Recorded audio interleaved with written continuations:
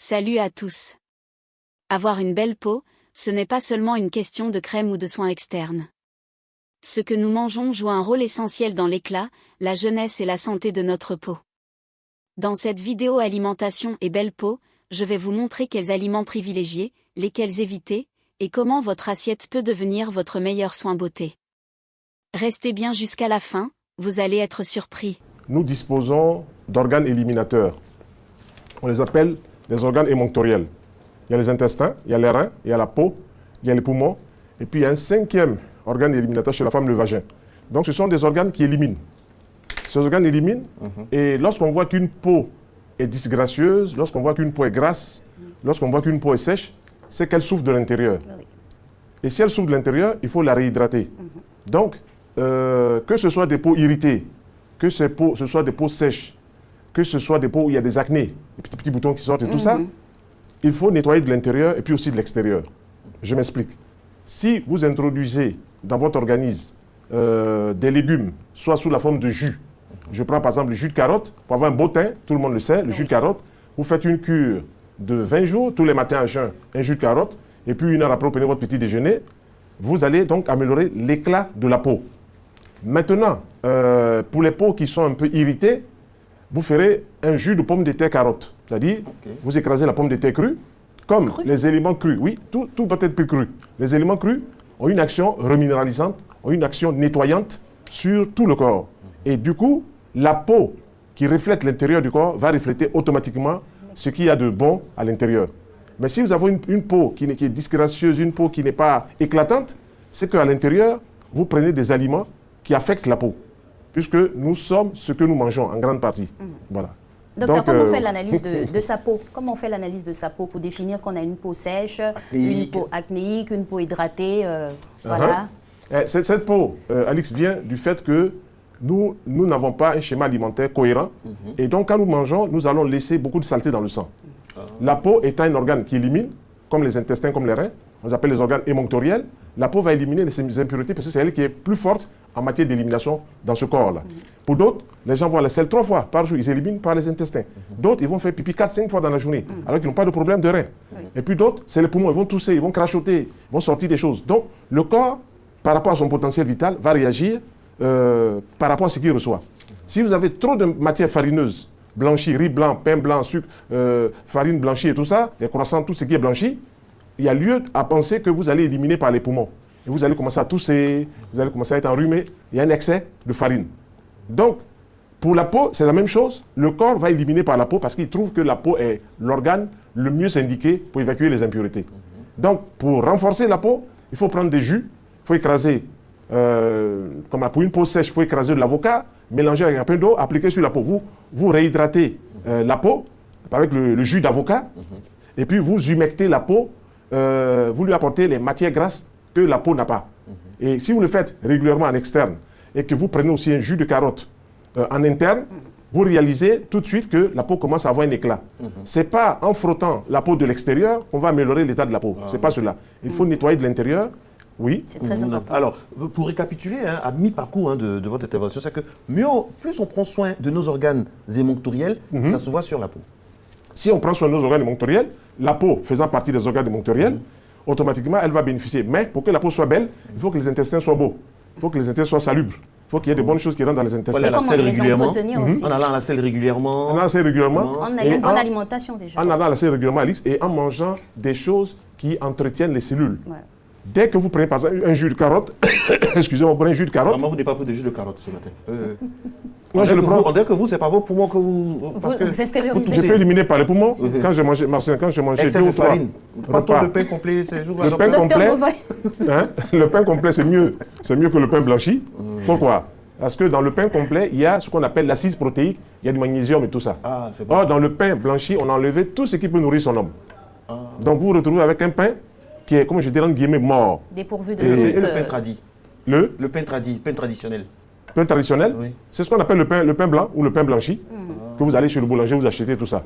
J'ai parlé avec certains responsables de certaines structures de farine. Ça, je leur ai dit, mais pourquoi est-ce que vous dévitalisez la farine? Pourquoi est-ce que vous enlevez tout ce qui est bon dans la farine? Laissez cela. On n'a pas dit que parce que le pain blanc qu'il est meilleur. Donnez un pain qui est brun, une couleur, la mie brune, Est-ce qu'il n'y a pas des gens qui font des réactions aussi, Voilà. Si vous mangez pas, si vous mangez tout ce qui est blanchi, vous alourdissez le sang. Le sang s'alourdit, oui. Le sang s'alourdit et puis après, on va vous dire qu'il y a un problème au niveau du cœur. Après, on va vous dire qu'il y a un problème au niveau de la digestion. Moi, je regarde depuis 39 ans, je regarde tout ça. Puis je me dis, mais il y a quand même quelque chose qu'il faut expliquer aux téléspectateurs. Il faut leur dire qu'il y a des choses qu'il faut manger, il y a des choses qu'il ne faut pas manger. Mais ce qui est sûr, Alix et Marcelin, si on introduit tous les jours des jus de carotte, jus de concombre carotte, jus de concombre carotte, pommes de terre crues, la peau aura un éclat. Parce que c'est des aliments qui agissent sur l'ensemble du corps, mais qui agissent aussi sur la peau.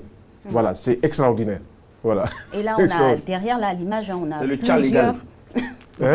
C'est le tcha légal, C'est-à-dire, on n'a pas besoin de prendre des Expliquez le produits. tcha au docteur, Bon, parce qu'il y a- le docteur, le tcha, c'est ceux qui se blanchissent la peau, tout ça. La dépigmentation. Donc là, ce que vous dites là, c'est un tcha dépigmentation. légalisé, ça dit c'est bon pour la santé. C'est bon pour la santé. Bon pour la santé. C'est bon pour la santé. On connaît les légumes, hein, on connaît les fruits. Oui.